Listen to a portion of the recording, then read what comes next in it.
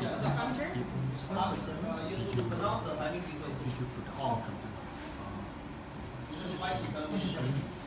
When you see green, 5 minutes. When you see yellow, it's 6, and beige is 7 minutes. So you have 5 to 7 minutes.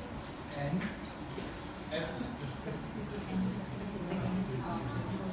30 seconds and ring the bell. Okay, good evening, Toastmasters, one and all. What I'm going to share today is a taboo topic that many of us will not speak about and share in public. You see this? Do you think it's real? It can't be. I just had lunch with him yesterday. Someone must have stolen his Facebook account and created this fake news. Hey Irene, do you see that post, that IG post? Tell me it's not true.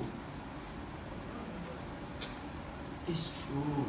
I spoke with the family just this morning. He passed on. How many of you here have experienced such a thing, something similar to this? Hearing the news of a sudden death of a friend or a loved one, an acquaintance, or maybe even a public figure. A sudden death is something that's unforeseen, unexpected, and occurs with little to no warning at all.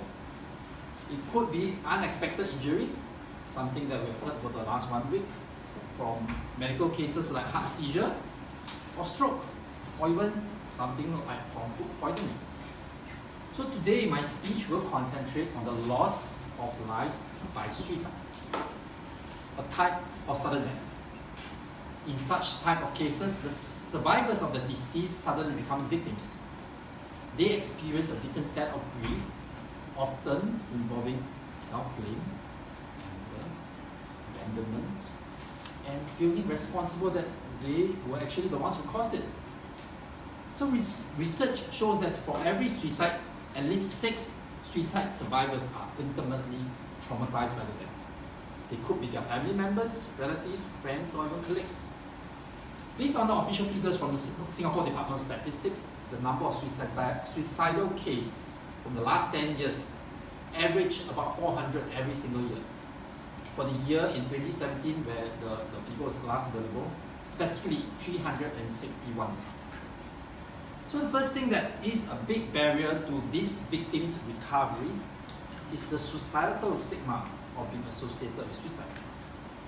You may be surrounded by many who have lost their loved ones, but they never tell you. Because they choose to put up this defensive wall to protect themselves.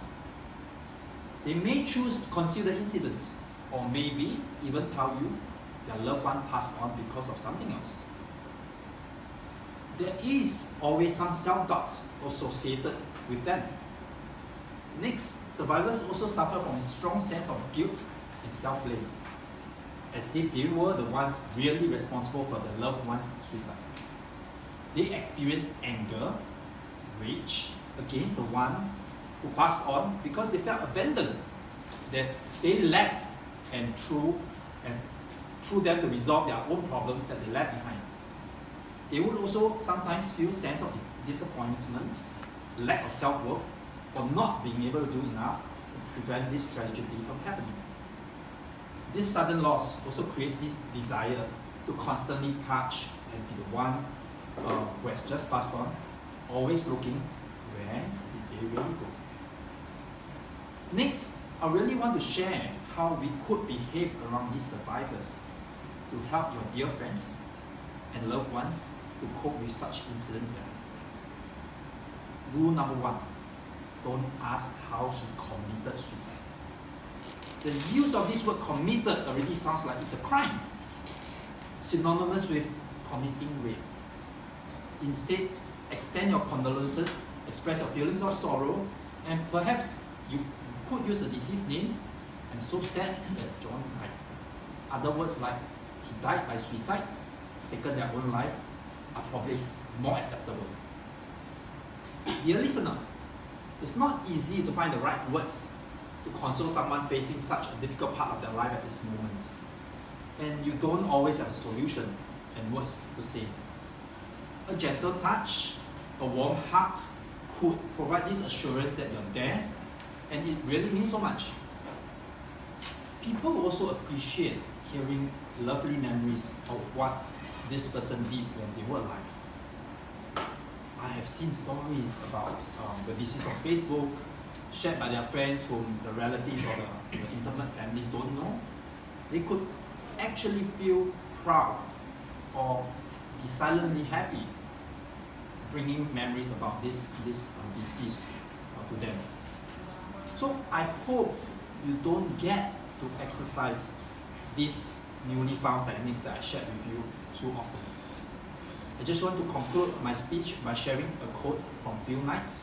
He's the founder of Nike, who lost his son at age 34, not to suicide but to an accident. So he received many encouraging letters from his friends and fans, and one of the letters that he shared publicly was actually from Gordy Crawford, who shared that he also lost his son to an accident when he was a junior at Yale, and he could not go to work for 6 months. So what did Phil Knight reply?